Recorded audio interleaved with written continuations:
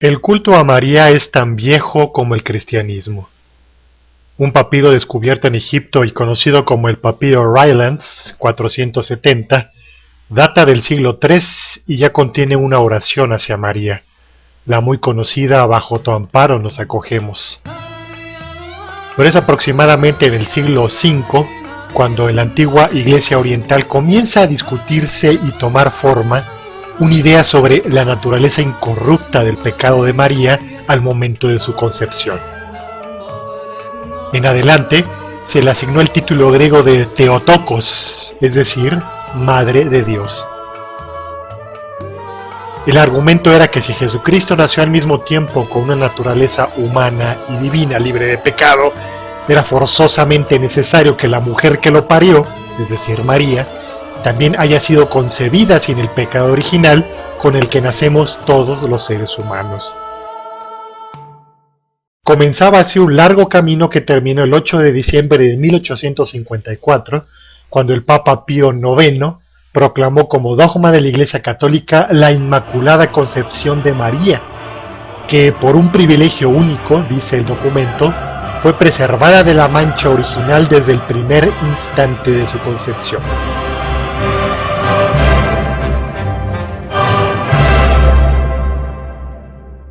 Pero la devoción popular por la Inmaculada Concepción con toda seguridad ya se festejaba desde el siglo VII en Oriente, desde el siglo IX en Irlanda e Italia y desde el siglo XI en España e Inglaterra. Inclusive, en la Nápoles del siglo IX ya se hacía la fiesta de la Inmaculada Concepción el 9 de diciembre. ¿Por qué esa fecha? Porque la iglesia primitiva ya festejaba en su calendario litúrgico el día 8 de septiembre como la Natividad o el nacimiento de María, y por lo tanto la fecha de su concepción tuvo que ser 9 meses antes, es decir, el 8 de diciembre.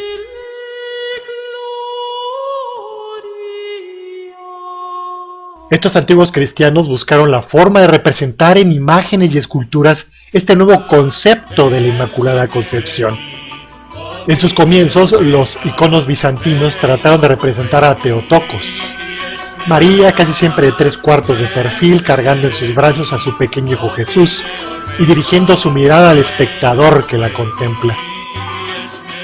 También muchas de las imágenes medievales de la Theotokos negra cargando al niño fueron muy populares en toda Europa, incluyendo a la Guadalupe de Extremadura. Desde el siglo XV, la doctrina concepcionista fue muy importante en el Reino de España. Ganó poderosos afectos entre la orden franciscana, que desde entonces fue una entusiasta propagadora de esta devoción, como por parte de los reyes católicos. A principios del siglo XVI comienzan a manifestarse las primeras representaciones artísticas distintas a la Theotokos, para poder tratar de darse una idea sobre este nuevo concepto de la Inmaculada Concepción. Y fueron dos, básicamente, las que ganaron mayor popularidad.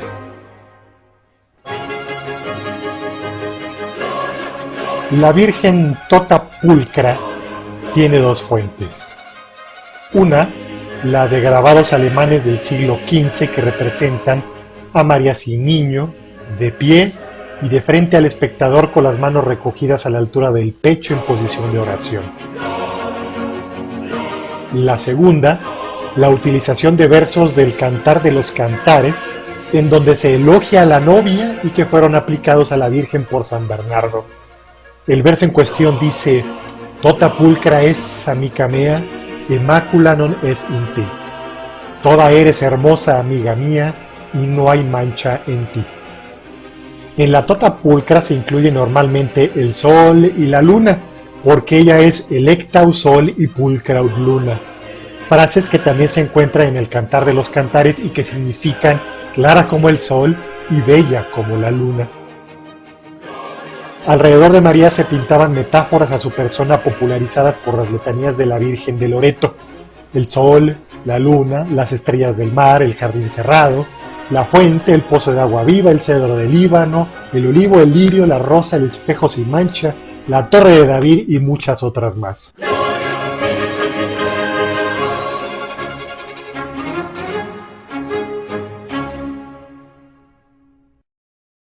Juan de Juanes fue un pintor renacentista español del siglo XVI y fue él, gracias a él, que quedaron las mejores representaciones de la tota pulcra y que después de su muerte en 1579 se reprodujeron copias exactamente igual a las que Juan de Juanes diseñó.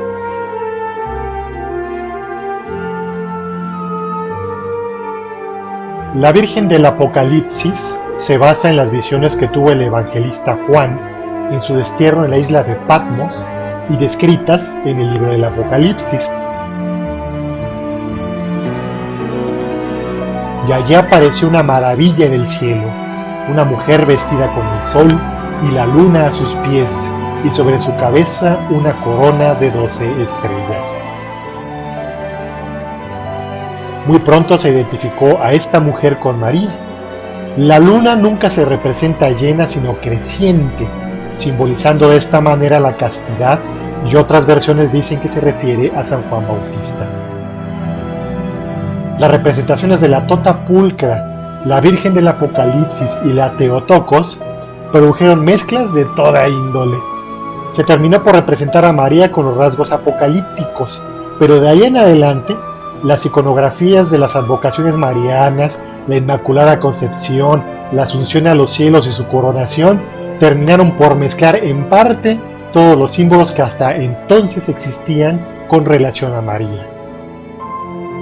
Ella de pie con sus manos en actitud de oración, conos y metáforas simbólicas, sin niño Jesús o con él y cargándolo, bajo sus pies la media luna creciente y ángeles a su alrededor o debajo de ella, serpientes, dragones aplastados o vencidos para recordar su victoria sobre el pecado original, el sol que representa a Cristo reflejando sus rayos detrás de ella.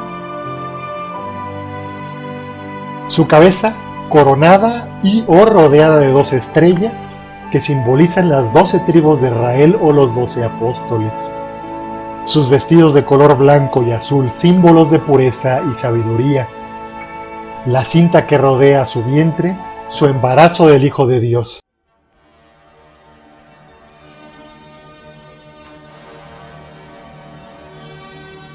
De esta manera el estilo pictórico de la imagen de la Guadalupana en la tilma no es para nada desconocido, y tampoco es necesario apelar a orígenes divinos para conocer por qué está pintada la imagen con determinadas características. La Guadalupana del Tepeyac es hija de la tradición iconográfica mariana europea.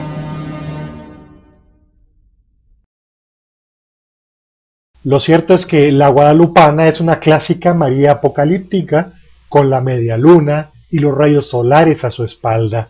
A eso significa Mulier Amicta Sole, mujer vestida del sol.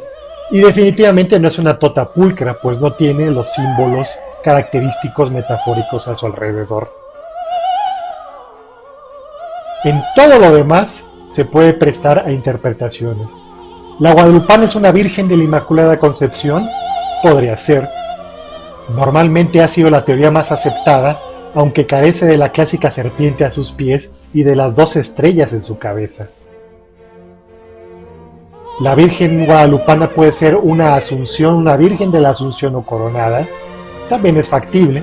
No tiene niños en sus brazos, y originalmente la pintura tenía una corona sobre su cabeza que misteriosamente desapareció en 1895 para ser coronada por las autoridades eclesiásticas de entonces.